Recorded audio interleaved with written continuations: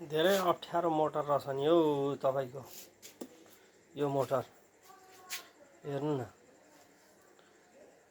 कम्ती अप्ठ्यारो रहेछ यो मोटर बाफरे तपाईँको फेरि साह्रै बाहिर निकाल्नलाई पनि गाह्रो रहेछ क्या बाहिर निकालेर पनि फिक्स कोइल बान्नुपर्ने रहेछ फिक्स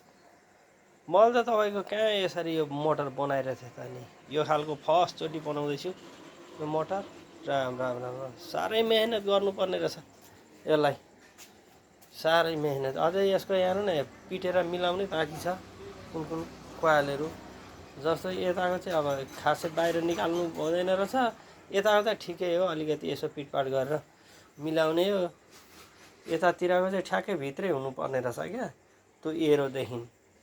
सानो नि तपाईँको सानो एकदम टाइट हिसाबको बनाउनु पर्ने रहेछ